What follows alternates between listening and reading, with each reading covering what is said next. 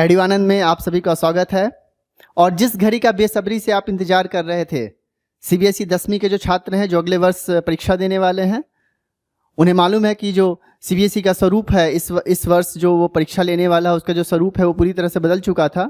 उसे 2 टर्म में डिवाइड कर दिया गया था, लेकिन सिलेबस टर्म 1 में क्या आएगा, टर्म 2 में क्या होगा, ये अभी तक आधिकारिक घोषणा नहीं हुई थी। लेकिन आज सुबह में सीबीएसई ने टर्म 1 और टर्म 2 के सिलेबस को अपलोड कर दिया है। आइए इस वीडियो में आज हम जानेंगे कि क्या स्वरूप होगा, कौन कौन से टॉपिक, कौन कौन से चैप्टर टर्म 1 में आने वाले हैं और कौन कौन से चैप्टर्स या टॉपिक टर्म 2 में आने वाले हैं। टर्म 1 आपको पहले से पता है कि जो एमसीक्यू होगा, टर्म 2 जो है वो सब्जेक्टिव क्वेश्चन होगा। लेकिन वेटेज ऑफ चैप्टर में टर्म 1 में जो एमसीक्यू होगा उसमें कौन कौन से चैप्टर्स हैं और टर्म 2 में कौन कौन से चैप्टर्स हैं, और हमारी पढ़ाई की स्ट्रेटजी क्या होगी रिगार्डिंग टर्म 1 और टर्म 2, किस तरीके से हम अप्रोच करेंगे, कौन कौन से टॉपिक्स इसमें से हमें नहीं पढ़ना है, इन सब के बारे में पूरे डिटेल्स में आज हम समझेंगे इस वीडियो में। सबसे पहले मैं साइंस सब्जेक्ट की बात करता हूं। साइंस में ये आपका टोटल 16 चैप्टर्स है। आप एनसीईआरटी की बुक ना हो तो आप एनसीईआरटी की बुक अपने हाथ में रख लें, साथ में रख लें, और यहां से देखें कि इसमें टोटल जो चैप्टर्स हैं वो हमारे पास 16 हैं। 16 में से आपका chapter number 7 and chapter number 14 control and coordination as well as आपका जो ये सोर्सेज ऑफ एनर्जी है, ये 2 चैप्टर आपका नहीं आएगा, परीक्षा में बिल्कुल भी नहीं आएगा।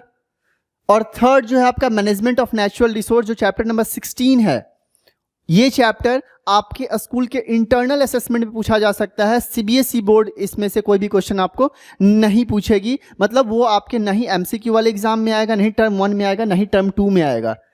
इसमें जितने भी चैप्टर्स आपको दिख रहे हैं इसमें कलर कोड है, जो भी येलो में आपको दिख रहा है वो आपके टर्म 1 का है।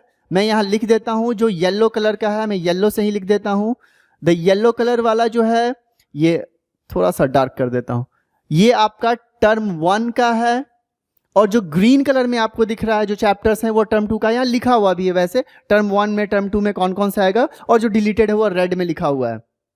तो यहां से तो आपको क्लियर हो गया कि टर्म 1 में हमारे पास कौन कौन से चैप्टर्स हैं और टर्म 2 में हमारे पास कौन कौन से चैप्टर्स हैं। तो आपका केमिस्ट्री में से केमिकल रिएक्शन एंड इक्वेशन पहला चैप्टर है केमिस्ट्री से। Second chapter acid base and salt है। केमिस्ट्री से तीसरा चैप्टर हमारा मेटल्स एंड नॉन मेटल्स है। वहीं बायोलॉजी में बस एक ही चैप्टर पढ़ना है आपको, लाइफ प्रोसेस पढ़ना है। और फिजिक्स में आपका लाइट रिफ्लेक्शन एंड रिफ्लेक्शन और human eye and colourful world जो है, ये आपके टर्म 1 के चैप्टर्स हैं। इसमें कौन कौन सा पोर्शन डिलीट हुआ है हम नेक्स्ट स्लाइड में देखेंगे। लेकिन आपके पास टोटल चैप्टर्स जो आपको टर्म 1 में साइंस में पढ़ना है वो बस 7 है, 3, 1 4 और 2 6, 7 नहीं बस 6 ही चैप्टर्स हमें पढ़ने हैं। नाउ विल लुक फॉर, देखेंगे कि उसमें से कौन कौन सा टॉपिक हमें आएगा और कौन कौन सा टॉपिक हमें नहीं आएगा। सबसे पहले टर्म 1 को देखते हैं।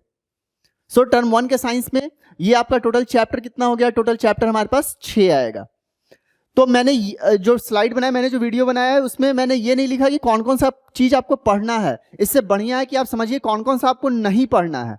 तो इस टोटल चैप्टर्स जो है, टोटल जो 6 चैप्टर है, इस 6 चैप्टर में टोटल का टोटल आपको पढ़ना है। सिर्फ जो नहीं पढ़ना है वो चैप्टर 1 में केमिकल रिएक्शन एंड इक्वेशंस में आपको 1.3 जो लास्ट का टॉपिक है, corrosion and rancidity, page number 16, page number भी हमने एनसीईआरटी का मेंशन कर दिया है। पेज नंबर 13 में कोरोजन एंड रेंसिडिटी जो टॉपिक है वो आपको नहीं पढ़ना है। वैसे बहुत छोटा टॉपिक है, आप चाहें तो केमिस्ट्री का पूरा पोर्शन आप मान सकते हैं कि टोटल ही आपको पढ़ना है। बहुत छोटा टॉपिक है कोरोजन रेंसिडिटी। कोरोजन क्योंकि ऑक्सीडेशन रिडक्शन के जस्ट बाद है, तो ऑक्सीडेशन में क्वेश्चन को इंक्लूड किया जा सकता है, तो आप इस टॉपिक को भी पढ़ सकते हैं, बहुत छोटा टॉपिक है। तो केमिकल इक्वेशन रिएक्शन में हो गया कि आपको 1.3 नहीं पढ़ना है। एसिड बेस एंड सॉल्ट में आपको टोटल ही पढ़ना है, कोई भी ऐसा टॉपिक नहीं है जो कि आपको नहीं पढ़ना है। Metals and non metals, metals and non metals में आगे का सारा कुछ पढ़ना है। जब आप अकरेंस ऑफ मेटल्स में जाते हैं और कोरोजन, टॉपिक नंबर 3.4 और 3.5, आप एनसीईआरटी की बुक निकालिए, पेज नंबर 49, वहां पे है अकरेंस ऑफ मेटल्स। आपका सब जो टॉपिक है 3.4 और 3.5 occurrence of metals and corrosion, वो आपको नहीं पढ़ना है। कोरोजन के जो अकरेंस ऑफ मेटल उसके बाद का कुछ भी नहीं पढ़ना है। तो पेज नंबर 49 से लेके पेज नंबर 54 तक आपको कुछ भी नहीं पढ़ना है इन मेटल्स एंड नॉन मेटल्स। तो ये तो हुआ आपका 3 chapter, chemical reaction equation, acid base and salt and metals and non metals, ये मेरा हो गया। इस तीनों टॉपिक से, केमिस्ट्री में इस 3 टॉपिक से हमें 16 मार्क्स के क्वेश्चन आएंगे। 16 नंबर का क्वेश्चन इस 3 टॉपिक से आएगा। तो इस 3 टॉपिक में बहुत सारा केमिकल रिएक्शन, जो पहला आपका चैप्टर है केमिकल रिएक्शन इक्वेशन, उसमें आप इक्वेशंस वगैरह को, रिएक्शंस वगैरह को अच्छे से देखेंगे। एसिड बेस एंड सॉल्ट है, एसिड क्या होता है, बेस क्या होता है। एसिड बेस सॉल्ट में एक चीज उसमें स्पेसिफिक मेंशन किया है सिलेबस में, जो कि यहाँ पे बताता है कि logarithmic value is not included, definition related to logarithmic value is not related. जैसा कि हम जानते हैं कि हाइड्रोजन आयन का जो कंसंट्रेशन, उसी से हम लोग बताते हैं कि एसिड है कि बेस है, minus of log of H+। तो वो सब कुछ लॉगरिथमिक वैल्यू को आपको कंसीडर नहीं करना है। और इसके अलावा 16 नंबर का ये सारा का सारा टॉपिक होगा। नेक्स्ट हम लोग मूव करते हैं बायोलॉजी की तरफ। लाइफ प्रोसेसेस, लाइफ प्रोसेस में आपका टोटल टॉपिक आएगा, चाहे वो न्यूट्रिशन का टॉपिक हो या डाइजेस्टिव सिस्टम हो, एलिमेंट्री कैनाल हो, रेस्पिरेशन हो, एक्सक्रीशन हो, everything till excretion in plants and animals, transportation कैसे होता है, ये सब कुछ आपको आएगा। इसलिए आपको टोटल ही पढ़ना है, और वो टोटल का टोटल आपका 10 नंबर का होगा। 16 नंबर का केमिस्ट्री और 10 नंबर का आपका biology. Next will move on to physics. Physics में हम देखते हैं कि हमारे पास 2 टॉपिक है, लाइट रिफ्लेक्शन एंड रिफ्लेक्शन और human eye and colourful world. 2 chapter है। 2 चैप्टर में से लाइट जो रिफ्लेक्शन और रिफ्रैक्शन है, इसमें सब कुछ ही आएगा। चाहे इमेज फॉर्मेशन की बात करें या आप लेंसेज की बात करें, स्फेरिकल मिरर क्या होता है, कनकेव क्या होता है, कन्वेक्स क्या होता है, मिरर फार्मूला है। डेरिवेशन ऑफ मिरर फार्मूला नहीं है, मिरर फार्मूला पूछ सकता है, डेरिवेशन नहीं पूछ सकता है। मिरर फार्मूला को सब्स्टिट्यूट करके इधर उधर घुमा के, मतलब उससे रिड्यूस करके वैसा भी क्वेश्चन आ सकता है। और जैसा कि आप जानते हैं सरसर रीजनिंग इस बार आएगा। तो जो लाइट का चैप्टर होगा बहुत इंपॉर्टेंट चैप्टर होगा मेरे हिसाब से। लाइट और लाइफ प्रोसेस, ये आपका मार्किंग डिसाइड कर देगा कि जो MCQs होगा उसमें जो लेवल ऑफ क्वेश्चन जो अच्छे बन सकते हैं वो लाइफ प्रोसेस से भी बन सकता है और लाइट से भी बन सकता है। लाइट से कुछ ज़्यादा अच्छा बन सकता है क्वेश्चन।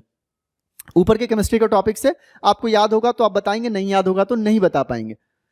लास्ट टॉपिक है हमारा ह्यूमन आई कलरफुल वर्ल्ड। इसमें का जो पहला टॉपिक है आपका ह्यूमन आई है और डिफेक्ट ऑफ विजन है, जिसमें आपका मायोपिया, हाइपरमेट्रोपिया, प्रेसबायोपिया, ये सब कुछ आपको पढ़ना, वो सब कुछ आपको नहीं पढ़ना है। तो जो ह्यूमन आई का कंस्ट्रक्शन है उसमें आइरिस होता है, पिपिल होता है, ये सब कुछ आपको नहीं पढ़ना। कॉर्निया क्या होता है, एक्वोसिमर्स, विट्रसिमर्स, ये सब कुछ नहीं पढ़ना है। तो ह्यूमन आई आपको नहीं पढ़ना है, डिफेक्ट ऑफ विजन भी आपको नहीं पढ़ना है। पेज नंबर 187 से लेके पेज नंबर 190 तक को आप कट कर लीजिए, भूल जाइए कि वो आपको नहीं पढ़ना है। इसके अलावा आपको सब कुछ पढ़ना है। और जो फिजिक्स का वेटेज है हमारा वो 14 मार्क्स का है, मतलब 16 नंबर का आपका केमिस्ट्री होगा, 10 नंबर का आपका बायोलॉजी होगा और 14 नंबर का आपका फिजिक्स होगा इन टर्म 1। टर्म 1 है, इसका मतलब ये MCQ है, इसलिए ये भी चीज याद रखिए कि MCQ है। और MCQ का जो पहला किस तरीके से आएगा वो मेरे पहले वीडियो में ऑलरेडी हमने बता रखा है कि किस तरीके से क्वेश्चन आ सकता है। तो आप इनको ऐड करेंगे, 16, 10, 26 और 24, 40, 16 + 10 + 14 = 40। 40 नंबर का आपका MCQ एग्जाम होगा टर्म 1 में CBSE के द्वारा, और 10 नंबर आपके इंटरनल असेसमेंट में जोड़े जाएंगे जो कि स्कूल से दिया जाएगा। तो स्कूल किस बेसिस पे मार्किंग करेगा, इसके लिए भी कंप्लीट गाइडलाइन दिया गया है स्कूल को। एंड दैट गाइडलाइन इज कि आपको पीरियोडिक टेस्ट लेना है, 3 पीरियोडिक टेस्ट लेना है, जिसमें से जो 2 अच्छा आएगा किसी बच्चे का उसी को हम लोग इंक्लूड करेंगे, मतलब एक दोनों टर्म में इंक्लूड करेंगे। 1 from this term, 1 from this term, 3 exam लेंगे लेकिन इंक्लूड 1 करेंगे जो बेस्ट होगा। इसके बाद है आपका ये 3 मार्क्स का होगा, जो भी आपका पीरियोडिक टेस्ट होगा भले ही वो 20 नंबर का होता हो, लेकिन उसको कैलकुलेटिंग एवरेज से उसको जो ये किया जाएगा उसको डाउनग्रेड किया जाएगा अकॉर्डिंग टू 3 मार्क्स। 3 मार्क्स में उसको कन्वर्ट कर दिया जाएगा। मल्टीपल असेसमेंट 2 मार्क्स का होगा। मल्टीपल असेसमेंट में आपका कुछ भी हो सकता है, प्रोजेक्ट वर्क वगैरह भी हो सकता है, ग्रुप डिस्कशन हो सकता है, पीयर टू पीयर रिव्यू हो सकता है, आपको कुछ घर पे बनाने के लिए दिया जा सकता है, किसी चार्ट वगैरह का काम दिया जा सकता है, कुछ भी हो सकता है, दैट डिपेंड्स। मल्टीपल असेसमेंट किया जा सकता है। मल्टीपल असेसमेंट में कुछ ये भी हो सकता है इनफैक्ट कि 2-3 सब्जेक्ट्स को भी क्लब अप करके एक सिंगल असाइनमेंट आपको दिया जा सकता है। जैसे साइंस का भी कुछ पोर्शन निकाल ले, कुछ पोर्शन हम लोग मैथमेटिक्स का निकाल ले, कुछ आपका SST का निकाल ले, तो ऐसा भी हो सकता है। वो टीचर्स आपस में क्लब अप करके वैसे असेसमेंट कर सकते हैं। That is up to the school, वो स्कूल पर डिपेंड करता है वो किस तरीके से लेगा। लास्ट वन इज पोर्टफोलियो, ये 2 नंबर का आपका है। मल्टीपल असेसमेंट 2 मार्क्स का आपका पोर्टफोलियो है। पोर्टफोलियो का सिंपल मतलब समझिए कि आपके ईयर अराउंड में क्या आपने अचीवमेंट किया, आपका जो अचीवमेंट होता है उसको एक डिजिटल फॉर्मेट में या एक मैनुअल फॉर्मेट में रिकॉर्ड किया जाता है, जिसको हम लोग पोर्टफोलियो कहते हैं। और उस पोर्टफोलियो के अकॉर्डिंगली आपको 2 मार्क्स मिलेगा। तो ओवरऑल मानिए कि जैसे कोरोना लॉकडाउन का पीरियड है, तो इसमें तो बहुत सारा असेसमेंट स्कूल में नहीं हो सकता है, स्कूल तो खुला ही नहीं हुआ है। तो जब भी स्कूल खुलता है या फिर जो भी आपको वर्क दिया जाता है स्कूल के द्वारा, या इधर in the form of online कि आप होमवर्क सबमिट कीजिए, आप ये असेसमेंट दीजिए, आप कोई प्रोजेक्ट वर्क दीजिए, तो आप उन्हें बाय हार्ट करें, क्योंकि वो मार्क्स भी ऐड किया जाएगा। बहुत सारे स्टूडेंट्स इसको बहुत लाइटली लेते हैं, but that will affect your 10 marks. जिस 10 नंबर के लिए आप लोग इतना पढ़ते हैं, 10 + 10 20 मार्क्स के लिए, वो आपको ऐसे ही मिलेगा, इसलिए यहाँ पे इसको ध्यान देना है। And the last one is subject enrichment activities. Subject enrichment simply project work होगा, एक प्रोजेक्ट वर्क, 2 प्रोजेक्ट वर्क जो टीचर्स के डिपेंडेंटली सब्जेक्ट टीचर हैं उनके अकॉर्डिंगली वो आपको देंगे, उसको बना के आपको देना होगा, उसमें आपको 3 मार्क्स मिलेगा। तो टोटल क्लब अप करके 10 मार्क्स होता है। और हम जब सम अप करेंगे टोटल थ्योरेटिकल पोर्शन और आपका प्रैक्टिकल पोर्शन को, या कह सकते हैं दैट इंटरनल असेसमेंट को, तो हमारा टोटल 50 मार्क्स हो जाता है। तो ये 50 मार्क्स आप माइंड में सिर्फ इसे 50 मान के ना चले, आप इसे 100 मान के चलें, क्योंकि आप नहीं जानते हैं कि मार्च अप्रैल में क्या होने वाला है। इनकेस मार्च और अप्रैल में अगर स्कूल बंद हो गया किसी तरह से, 3rd वेव 4th वेव, कितने भी वेव क्यों ना आ जाए, कोई भी नहीं जानता है कि क्या होने वाला है। तो आप इसको फाइनल रिजल्ट मान के चलें, आप इसको इस तरीके से तैयार करें कि समझे कि आप ये आपका ये फाइनल असेसमेंट है। कभी भी आप ये सोच के मत चलेगा चलो इसमें कम आ गया तो हम अगले बार में अच्छा कर लेंगे, अगला बार कहीं एग्जाम ना हुआ तो आपका ये क्या होगा, आपके इसी के बेसिस पे मार्किंग होगी। तो या तो आपका इंटरनल असेसमेंट हो या तो आपका एमसीक्यूज हो। This is your final exam, by heart by soul आप इसे समझ ले कि ये आपका फाइनल एग्जाम है। और एमसीक्यूज में स्कोर करना थोड़ा सा कंपैरेटिवली सब्जेक्टिव से अच्छा होता है। अगर आप बहुत अच्छा सा मेहनत करते हैं तो इनफैक्ट बहुत ही बढ़िया होगा। So this was all about your term 1 science के बारे में हो गया कि आपको टोटल 6 चैप्टर पढ़ना है। 6 चैप्टर में से बस जो नहीं पढ़ना है मैंने यहाँ पे लिख दिया है। केमिस्ट्री में तो आप मान के चलिए कि आप ये इसे इंक्लूड कर भी सकते हैं, बट मेटल नॉन मेटल्स जो है आपका उसमें 49 to 54 एंड 187 to 190 ये दोनों पेज को आप डिलीट कर दे, कट कर दे अपने बुक में, और बाकी आपको सब कुछ पढ़ना है। टर्म 1 की बात हो गई। Let us talk about term 2। Term 2 science में आपके कौन कौन से चैप्टर्स हैं? केमिस्ट्री में 2 है, फिजिक्स में 2 है, और बायोलॉजी में 3 है। इनफैक्ट आवर इन्वायरमेंट को मैंने बायोलॉजी में रखा है, कुछ पोर्शन तो इसमें केमिस्ट्री का भी है, कुछ पोर्शन बायोलॉजी का भी है, but I have put it in biology. So पहला जो आपका टॉपिक है कार्बन इट्स कंपाउंड है, टर्म 2 के लिए बता रहा हूं।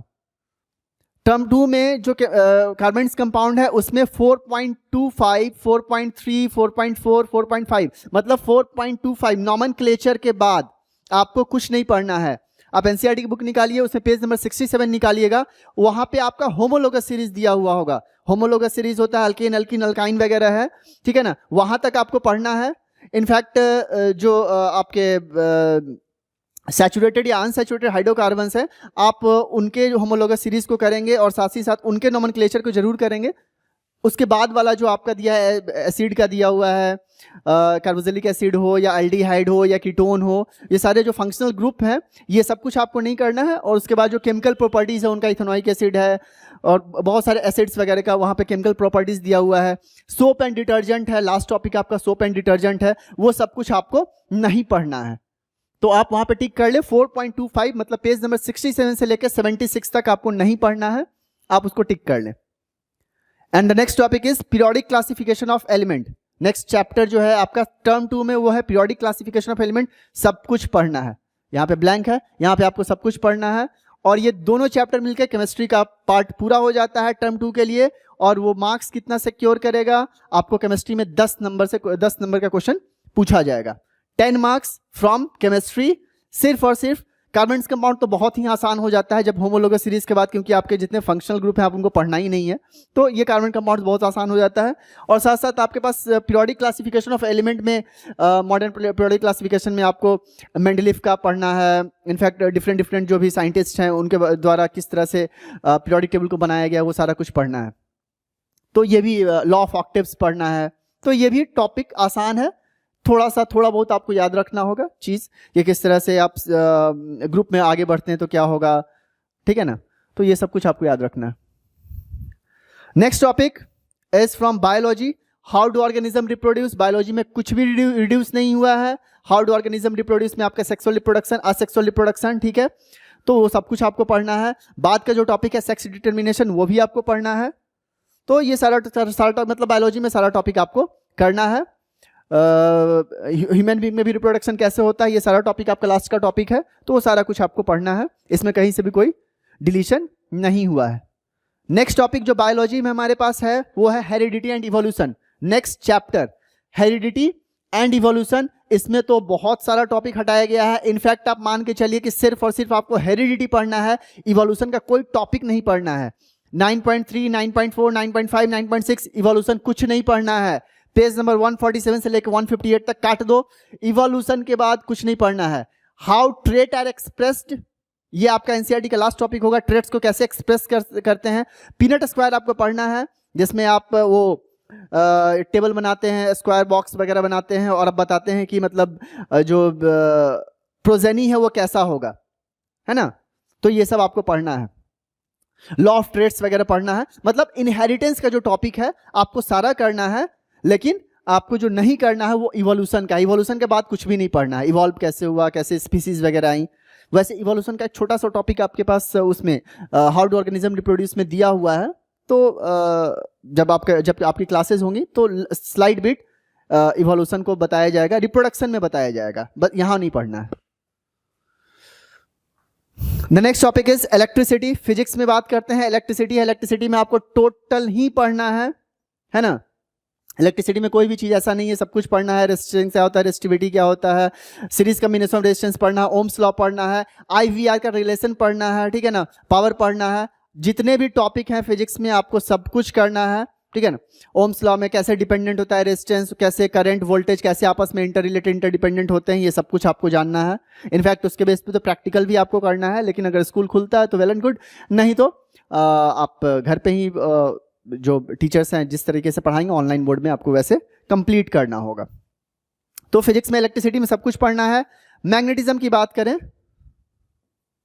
तो मैग्नेटिक इफेक्ट ऑफ करंट में भी आपके पास सब कुछ है। Right hand thumb rule, left hand thumb rule, सब कुछ पढ़ना है। बट आपको लास्ट का जो टॉपिक है electric generator and electric circuit, ये आपको नहीं पढ़ना है। Last topic 13.6 and 13.7 page number 236 से लेकर 238, लास्ट के 2-3 पेज जो है आपको नहीं पढ़ना है। उसके पहले जो इंडक्शन वगैरह है सब कुछ पढ़ना है। सोलेनॉइड वगैरह का किस तरह का लूप होता है, करंट कैरिंग कंडक्टर में किस तरह का मैग्नेटिक फील्ड होता है, ये सारा टॉपिक आपको करना है। लास्ट के बस 2 टॉपिक आपको electric generator and electric circuit, ये आपको नहीं पढ़ना है। And the last one, last but not the least, our environment biology. छोटा टॉपिक है, बहुत छोटा चैप्टर है, बहुत छोटा चैप्टर है, आपको सारा पढ़ना है। और ये तो बहुत छोटा, मतलब 3-4-5 पेज का है। ओजोन डिप्लीशन वगैरह क्या होता है उसमें ये जानना है। 2-3 दिन 4 दिन 2 दिन का टॉपिक है ये, 2 दिन में अच्छे से इसको कंप्लीट किया जा सकता है इन 2 इसमें क्लासेस में। So if we look at marks pattern, marks weightage अगर देखा जाए तो केमिस्ट्री आपका 10 मार्क्स का है, बायोलॉजी आपका 13 मार्क्स का है और फिजिक्स आपका 12 मार्क्स का है। बायोलॉजी को अगर मैं इसको आवर इन्वायरमेंट को क्लब करूं बायोलॉजी में तो 13 + 5 18 मार्क्स का बायोलॉजी हो जाएगा, 12 नंबर का फिजिक्स हो जाएगा और 10 नंबर का केमिस्ट्री हो जाएगा। टोटल समअप मैं करता हूं 10 + 13, ठीक है ना, 23 और 12 35 और 5 40 और 10 50, 10 मार्क्स। फिर से आपका टर्म 2 में इंटरनल असेसमेंट होगा, है कि नहीं। तो टर्म 1 में भी 10 मार्क्स, टर्म 2 में भी 10 मार्क्स, क्योंकि स्कूल को 20 मार्क्स इंटरनल असेसमेंट में देना होता है, लेकिन इस बार 2 बार भेजा जाएगा, एक बार टर्म 1 में और एक बार टर्म 2 में भेजा जाएगा। सो 10 मार्क्स इंटरनल असेसमेंट होता है। स्कूल के द्वारा जो भी चीज दिया जाता है बहुत बाय हार्ट बाय सोल जैसे मर्जी है उसको जरूर करना। 10 marks means a lot, in fact 20 marks means a lot, 20 marks out of 100। सो ये सब कुछ आपका साइंस में था। मुझे लगता है कि आपको सब कुछ क्लियर हो गया होगा। अभी बुक उठाओ, बुक उठाने के साथ साथ आप जब वीडियोस देख रहे हैं तो बस ये टिक कर लो क्या नहीं पढ़ना है, उसके अलावा टोटल चैप्टर पढ़ते चले जाओ। जो भी चैप्टर्स यहाँ पे दिया हुआ वो चैप्टर उठाओ और पढ़ते चले जाओ। Don't wait for the right time to start and all this things. जिस दिन जागो तभी सवेरा, अभी से स्टार्ट हो जाओ, अभी से लग जाओ। अगर बहुत छूट भी गया है, नहीं पढ़ा, दैट डजंट मैटर। कुछ टॉपिक सिलेबस में नहीं था, मैंने वो भी पढ़ लिया, दैट डजंट मैटर। अभी से आपको स्टार्ट करना है and from right now this beginning you can score at least 98%, 98+। अभी से भी अगर तुम कोशिश करोगे तो 98+ स्कोर कर सकते हो। सिलेबस को बहुत रिड्यूस कर दिया गया है, so it's you have the ample time. Last में मैं बात करूंगा कि how will be the strategy of planning your all this syllabus and all this things, किस तरह से हम लोग प्लान करेंगे और क्या बातें होंगी। सो मैथमेटिक्स में हम बात करेंगे कौन कौन से चैप्टर हमें टर्म 1 में आएगा और कौन कौन से चैप्टर हमें टर्म 2 में आएगा। तो आपका टोटल चैप्टर है 15 चैप्टर है। Real number, polynomial, pair of linear equation, two variable, quadratic equation, arithmetic progression, triangle, coordinate geometry, introduction to trigonometry, some application of trigonometry, circle construction, area related to circle, surface area and volume, statistics and probability. हमारे पास total 15 chapter हैं जो term 1 और term 2 दोनों में आने हैं। इसमें से जो येलो कलर का मार्क किया हुआ है वो टर्म 1 का है और जो ग्रीन कलर का मार्क किया हुआ टर्म 2 का है। तो टर्म 1 में आप देख सकते हैं कि real number, this one, polynomial, pair of linear equation, two variables, triangles, coordinate geometry, introduction to trigonometry, as well as area related to circle and probability. 1 2 3 4 5 6 7 8 total हमारे पास 8 चैप्टर्स हैं जो टर्म 1 में आने वाले हैं और जो रेस्ट ऑफ द चैप्टर्स है वो हमारा टर्म 2 में आएगा। Quickly we will move on to term 1 में क्या क्या आएगा, will see in the next slide. So term 1 में हमारे पास 8 चैप्टर हैं, ये सारे के सारे चैप्टर्स हैं। इसमें से क्या क्या हटा है, तो मैथमेटिक्स में बहुत ज़्यादा पोर्शन नहीं हटा है, बहुत छोटा छोटा टॉपिक हटा है और इनफैक्ट सारा ही पढ़ना है। मान के चलिए आप रियल नंबर, नंबर सिस्टम में पिछले बार भी नहीं था। इक्विलेट डिवीजन लेमा, ये पिछले बार भी नहीं था और इस बार भी नहीं है। सो ये टॉपिक आपका page number 2 and 6 mathematics NCERT, ये सारा रेफरेंस एनसीईआरटी से है तो आप वहां से देख सकते हैं। तो आपको इक्विलेट डिवीजन लेमा आपको नहीं पढ़ना रियल नंबर्स में और बाकी सारा का सारा पढ़ना है। पॉलिनोमियल्स चैप्टर अलजेब्रा यूनिट के अंदर हमारे पास डिवीजन एल्गोरिदम के प्रॉब्लम जो है वो आपको नहीं करना है। इसके अलावा आपको सारा कुछ पॉलिनोमियल सॉल्व वगैरह कैसे करते हैं ये सब कुछ आपको करना है। सो पेज नंबर 33 to 37 ये आपको नहीं करना है। Pair of linear equation, two variables, algebra का पोर्शन है, इसमें कुछ भी नहीं हटा है, इसमें सारा का सारा आपको पढ़ना ही पढ़ना है। Next one is triangles, geometry में आपका कोई भी टॉपिक नहीं डिलीट किया गया है, इसमें सारा का सारा ही आपको करना है, टोटल ही पढ़ना है। कोऑर्डिनेट ज्योमेट्री में आपका area of triangle, topic number 7.4, area of triangles जो हम लोग कैलकुलेट करते हैं कोऑर्डिनेट ज्योमेट्री में 3 पॉइंट्स दिया हुआ रहता है, x1 y1 x2 y2 x3 y2 और half into xn into y1 y2 minus y3 इस तरह का फॉर्मूला एक होता है ना। तो वो फॉर्मूला बेस्ड जो क्वेश्चन है area of triangle using coordinates से जो एरिया हम निकालते हैं वो टॉपिक हमें नहीं करना है। सो इसमें एक आपको एडवांटेज मिलेगा, 168 पेज नंबर 168 ऑन एनसीईआरटी, ये आपको नहीं करना है। इंट्रोडक्शन टू ट्रिगोनोमेट्री में आपके पास trigonometric ratios of complementary angles नहीं करना है, बाकी सब कुछ पढ़ना है। Trigonometric ratios of complementary angles जैसे cos 90 minus theta, sin 90 minus theta, cosec 90 minus theta क्या होता है वो सब कुछ आपको नहीं पढ़ना है। लेकिन मेरे हिसाब से एक छोटा सा टॉपिक है, आप इसको पढ़ लेंगे क्योंकि आपके पास ये तो टॉपिक नहीं पढ़ना है trigonometric ratios of complementary angles, लेकिन बेसिक आइडेंटिटीज आपको पढ़ना है। हो सकता है बेसिक आइडेंटिटीज में कुछ प्रॉब्लम इसके बेसिस पे आए या मे भी नहीं भी आए तो डजेंट मैटर, बहुत छोटा टॉपिक है, आप इसको पढ़ लीजिएगा। तो according to me trigonometric ratios of complementary angles आप पढ़ेंगे क्योंकि जो लोअर एंगल्स है उनका दिया हुआ है, एक्यूट एंगल्स वगैरह का दिया हुआ है, तो आप इसके लिए भी कॉम्प्लीमेंट्री एंगल्स के लिए भी पढ़ेंगे। वैसे सिलेबस में पेज नंबर 187 आपका नहीं है। एरिया रिलेटेड टू सर्कल में आपको सब कुछ पढ़ना है, यहाँ पे कुछ भी डिलीट नहीं किया गया है।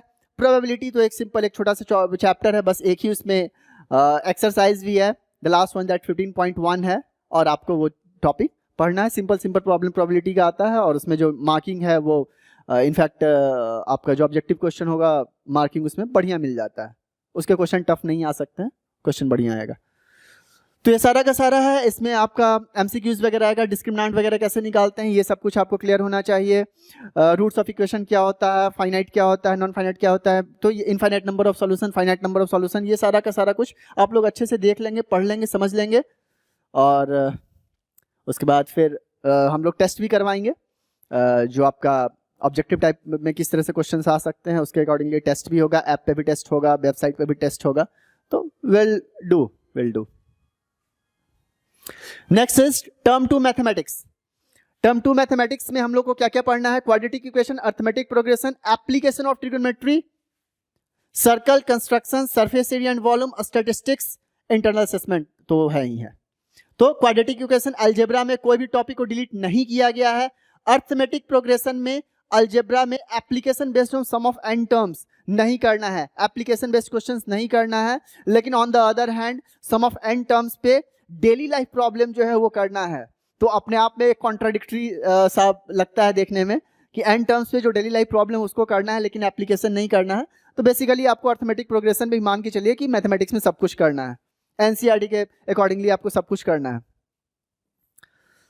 सब एप्लीकेशंस ऑफ ट्रिग्नोमेट्री, इसमें कोई भी पोर्शन डिलीट नहीं किया गया है, वो आपको करना ही करना है। हाइट एंड डिस्टेंस का जो भी क्वेश्चंस है वो आपको करना है। हाइट एंड डिस्टेंस में भी वो वैसे सिलेबस में तो दिया है कि जो एंगल्स वगैरह होगा 30, 45, 90 डिग्री का ही दिया जाएगा और साथ ही साथ 2 ट्रायंगल से ज़्यादा नहीं दिया जा सकता है। लेकिन according to syllabus, according to the syllabus that we have got from CBSE, उसमें आपको सब कुछ पढ़ना है। वो एग्जामिनर के लिए है कि आप किस तरह से क्वेश्चन को देंगे, और सीबीएसई हर साल ब्लूप्रिंट भी रिलीज करेगी। आपके एग्जामिनेशन के जस्ट पहले किस तरह से क्वेश्चन आएगा, ऑब्जेक्टिव क्वेश्चन किस तरीके का होगा, सब्जेक्टिव क्वेश्चन जब होगा उसमें किस तरीके का क्वेश्चन आएगा, तो ब्लूप्रिंट एग्जामिनेशन के 1 महीना पहले सीबीएसई रिलीज करती है। तो आप ब्लूप्रिंट का ही वेट करेंगे, एग्जैक्टली आपको पता लग जाएगा कि किस तरह से क्वेश्चन आने वाला है, लेकिन तब तक तो तैयारी हमारी चलती रहेगी। The last one is not the last, construction में आपको सब कुछ पढ़ना है। कंस्ट्रक्शन में मुझे लगता है कि 2 टॉपिक आपको पढ़ना होगा। एक तो होगा कि आप लाइन सेगमेंट को इंटरनली कैसे डिवाइड करते हैं, लाइन को कैसे डिवाइड करते हैं, और सेकंड एक और प्रॉब्लम है उसमें कंस्ट्रक्शन में, आई एम नॉट रिमेम्बरिंग, वो आपको दोनों करना है।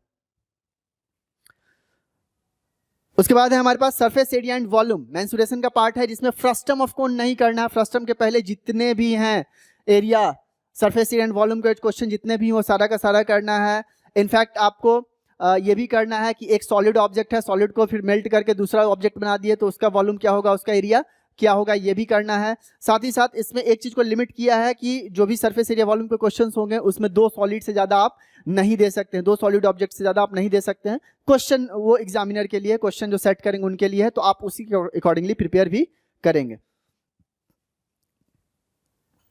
आपका सरफेस एरिया एंड वॉल्यूम भी हो गया, जिसमें frustum of cone last topic है आपका। फ्रस्टम ऑफ कोन ये आपको नहीं पढ़ना है, कौन पढ़ना है, फ्रस्टम ऑफ कोन नहीं पढ़ना है। And the last topic statistics and probability unit के अंदर स्टैटिस्टिक्स में टर्म 2 का चैप्टर है। इसमें आपका step deviation method for mean नहीं पढ़ना है और बाई मॉडल आपको नहीं पढ़ना है। मीन निकालने के लिए 3 मेथड आपके एनसीईआरटी में दिया हुआ है, तो उसमें से जो लास्ट मेथड है आपका स्टेप डेविएशन मेथड, वो आपको नहीं पढ़ना है। और साथ ही साथ मोड निकालने के लिए आपका बाई मॉडल होता है, जिसमें आप 2 फ्रीक्वेंसी को देखते हैं। इनफैक्ट हम लोग ग्लोबल मैक्सिमम, लोकल मैक्सिमम जब निकालते हैं तो लोकल मैक्सिमम हमारा 2 भी हो सकता है, 2 से ज़्यादा हो सकता है, तो that is called by model. तो हमको बाई मॉडल नहीं पढ़ना है। इसके अलावा सब कुछ आपको पढ़ना है। स्टेप डेविएशन मेथड और बाई मॉडल के क्वेश्चंस नहीं करना है। मोड के लिए, मीन के लिए स्टेप डेविएशन मेथड से आपको मीन नहीं निकालना है। वो टॉपिक आपका एग्जामिनेशन में नहीं आएगा। और इसके अलावा मीन, मीडियन, मोड में जितने भी चीजें हैं स्टैटिस्टिक्स में आपको सब कुछ पढ़ना है और सब कुछ आपके एग्जाम का पार्ट है। The last one is internal assessment. सब कुछ जैसा पिछले बार था वैसा इस बार भी है। 3-2-2-3 periodic test, multiple choice assessment, portfolio and subject enrichment, 10 number का ये हो गया। देखते हैं अलजेब्रा पोर्शन से आपका 10 मार्क्स का क्वेश्चन है, trigonometry 7 marks, geometry 9 marks, mensuration 6 marks, statics and probability 8 marks. तो ये टोटल मिला के 40 हो जाता है। 10 नंबर का इंटरनल असेसमेंट, 50 नंबर का फिर से टर्म 2 का मार्क्स हो जाता है। तो ये तो हो गया आपका term 1 and term 2 mathematics and science का कंप्लीट सिलेबस आपको मिल गया। क्या पढ़ना है, क्या नहीं पढ़ना है, आपको मिल गया। इनफैक्ट मैं बीइंग एज अगर मैं स्टूडेंट होता तो मैं यही देखता कि क्या नहीं पढ़ना है। उसके अलावा तो सब कुछ दिया ही हुआ। क्या पढ़ना, आप जितना टिक करोगे उसमें कंफ्यूज होगे। इससे बढ़िया है कि आप टिक करो क्या नहीं पढ़ना है, क्योंकि बहुत छोटे छोटे टॉपिक्स हैं जो आपको नहीं पढ़ना है, तो ज़्यादा आसान होता है। उसके अलावा आप सब कुछ पढ़ जाओ। थोड़ा बहुत अगर डाउट हो तो उसको पढ़ लो, क्योंकि क्वेश्चंस अगर आ जाएंगे तो फिर दिक्कत होगी। एमसीक्यूज क्वेश्चन है, उसमें कुछ आप ये भी नहीं कर सकते। द लास्ट थिंग कि सिलेबस तो आ गया टर्म 1 का, टर्म 2 का। एग्जामिनेशन पॉइंट ऑफ व्यू से ये भी कह दिया गया कि ठीक है, एग्जामिनेशन आपका नवंबर दिसंबर में टर्म 1 का होगा, और जो जनरली मार्च में अप्रैल में आपका एग्जामिनेशन होता है टर्म 2 का होता है, सब्जेक्टिव क्वेश्चन जैसे होता है वैसे होगा। लेकिन आपकी स्ट्रेटेजी क्या रहेगी टर्म 1 और टर्म 2 को लेके, ये चीज मैं बहुत क्लियर कर देता हूं। देखिए, सिलेबस ऑलरेडी रिड्यूस है, आपका एग्जामिनेशन नवंबर दिसंबर में होने वाला है। अगर आप 50% सिलेबस को नवंबर और दिसंबर में टारगेट करके कवर करते हैं, if you are targeting and covering the syllabus in till November December, तो क्या आपको लगता है जैसे ही एग्जामिनेशन आता है तो होता है क्या है, हमारा सारा का सारा जो फोकस है वो शिफ्ट कर जाएगा आपका टर्म 1 के ऊपर। टर्म 2 के ऊपर आप ध्यान बिल्कुल भी नहीं देंगे, टर्म 2 का एक भी टॉपिक आप नहीं पढ़ पाएंगे, क्योंकि आपका वो बोर्ड असेसमेंट है। स्कूल असेसमेंट होता है तो बच्चे अपने अकॉर्डिंगली पढ़ाई भी करते हैं, लेकिन जब बोर्ड असेसमेंट है और इसको आप फाइनल एग्जामिनेशन मान के चल रहे हैं, तो कभी भी ये गलती नहीं करना कि हम जिस समय बोर्ड का असेसमेंट हो रहा है, मल्टीपल चॉइस पूछा जाएगा तो हम इधर टर्म 2 का कुछ पढ़ाई कर रहे हैं। नहीं, टर्म 1 का उसमें प्रिसाइजली फोकस करना है और 100 आउट ऑफ 100 लाने के 100 आउट ऑफ 100 लाने की सोचना। एनसीईआरटी को लाइन बाय लाइन पढ़ जाना, चाहे वो साइंस का टॉपिक हो, चाहे मैथमेटिक्स का हो, चाहे वो एसएसटी का हो, हिंदी का हो, इंग्लिश का हो, वॉट एवर इट इज, पूरा लाइन बाय लाइन उसको 10 बार पढ़ जाना। और क्वेश्चंस बिल्कुल भी कोई भी क्वेश्चंस बाहर से नहीं आएगा। मैथमेटिक्स में एग्जाम्पलर हो गया, साइंस में आपका एग्जाम्पलर हो गया, उन सबको सॉल्व करना। अभी के लिए फिलहाल आपके पास जो सिलेबस दिया गया आपको टर्म 1 और टर्म 2 का जो आपको सिलेबस मैंने बताया, आप इस सिलेबस में आपका एग्जामिनेशन नवंबर दिसंबर में होने वाला है। एग्जामिनेशन शेड्यूल आपको कितना भी लेट आएगा तो 10 से 15 दिन पहले बिल्कुल सीबीएसई भेज देगी कि 10 to 15 डेज के बाद आपका एग्जामिनेशन होने वाला है। 15 दिन आपके पास काफी है। आप टर्म 1 के सिलेबस को प्रिपेयर कर लो। इनफैक्ट बहुत सारे जगह पे हो भी चुका होगा टर्म 1 का जो भी सिलेबस है, अकॉर्डिंग टू मी। मुझे तो लगता है कि आपका अगर साइंस की मैं बात करूं तो आपका वो लास्ट टॉपिक नहीं हुआ है, मेटल नॉन मेटल वाला, और सारा का सारा टॉपिक आपका साइंस में कवर अप है ऑलमोस्ट। मैथमेटिक्स भी आपका ऑलमोस्ट सारा कवर अप है। तो इस तरीके से सब जगह कवर अप है। तो आप अभी के लिए टर्म 1 और टर्म 2 के लगभग 90% सिलेबस को अगर 100% हो जाए तो वेल एंड गुड। अच्छे तरीके से, मैं ऐसा नहीं करूं जल्दीबाजी में करना है, अच्छे तरीके से अगर आपका 90% सिलेबस कवर अप हो जाता है टिल अक्टूबर, आपके पास 2 महीना भी है, अगस्त सितंबर अक्टूबर 3 महीना भी समय आपके पास है। और 3 महीना में जितने टॉपिक्स हैं इसको बहुत इजीली किया जा सकता है। रिड्यूस सिलेबस है, और वैसे भी दिसंबर तक हम लोग वैसे भी सिलेबस को कंप्लीट कर ही लेते थे, हर साल कंप्लीट कर लेते थे, जैसे जनरल जब स्कूल और ये क्लासेज जब चलते रहती थी। लेकिन लॉकडाउन की वजह से भी है तो घर में आप रह के उसको कवर अप कर सकते हैं, रिड्यूस सिलेबस है। तो कहीं ना कहीं आपको 90% सिलेबस को कवर करना ही होगा टिल अक्टूबर। अगर आप ऐसा नहीं करते हैं तो you are going to decline, definitely you are going to decline, you are not going to score more than 95+। अगर आप ऐसा नहीं करते हैं, exception are always there, exception हो तो अलग बात है, लेकिन आपको 90 to 100% सिलेबस को कवर करना ही होगा टिल अक्टूबर। अगर आपने ऐसा किया तो बहुत ही बेहतर होगा। और उसके बाद जब नवंबर में हमारे शेड्यूल्स आ जाएंगी, या दिसंबर में एग्जाम होगा, या नवंबर में जब एमसीक्यू एग्जाम होगा, तो एग्जामिनेशन के 10-15 दिन पहले, क्योंकि ऑलरेडी चैप्टर पढ़ाया हुआ है, तो आपको बस क्या करना है, प्रैक्टिस करना है। एग्जामिनेशन के रिलेटेड जो एमसीक्यूज वगैरह उनका प्रैक्टिस करना है। जब आप टर्म 2 के क्वेश्चंस भी बना रहे हैं तो उस समय आप क्या कर सकते हैं, उस समय आप पर डे एक चैप्टर का हो सके, या फिर पूरा साइंस का, मैथमेटिक्स का, हिंदी का, इंग्लिश का एमसीक्यूज पर डे आप एग्जामिनेशन दे सकते हैं। बहुत सारे वेबसाइट्स पे आ जाएगा। अब तो जैसे सिलेबस आ गया तो डिफरेंट पब्लिकेशंस के बुक्स भी आ जाएंगे, कुछ दिन में बुक्स भी आ जाएंगे। सो आप पर डे असेसमेंट अपना करते रहें टर्म 1 का, और साथ साथ अपनी टर्म 2 की पढ़ाई भी जारी रखें, और कोशिश करें कि हमारा अक्टूबर तक 90% सिलेबस कवर अप हो जाए।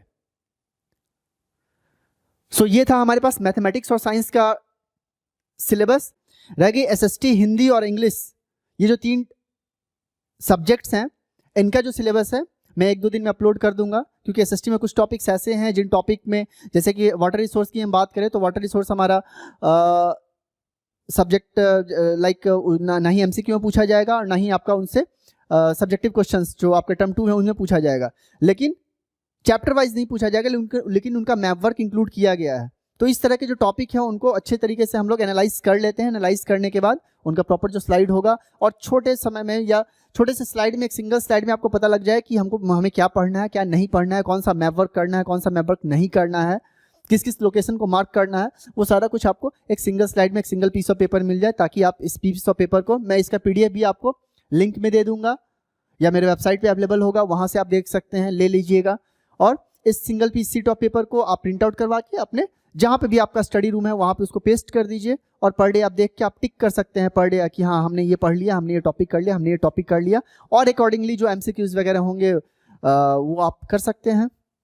और very soon with in 10 to 15 days, 10 से 15 दिन के अंदर हम लोग अपना एक ऐप भी लॉन्च करेंगे जिसमें आपका मल्टीपल चॉइस क्वेश्चन जो है, जिस तरह से सीबीएसई पूछेगी स्पेशली फॉर स्टैंडर्ड 10th, वो आप सारे का सारा असेसमेंट वहाँ पे आप कर सकते हैं.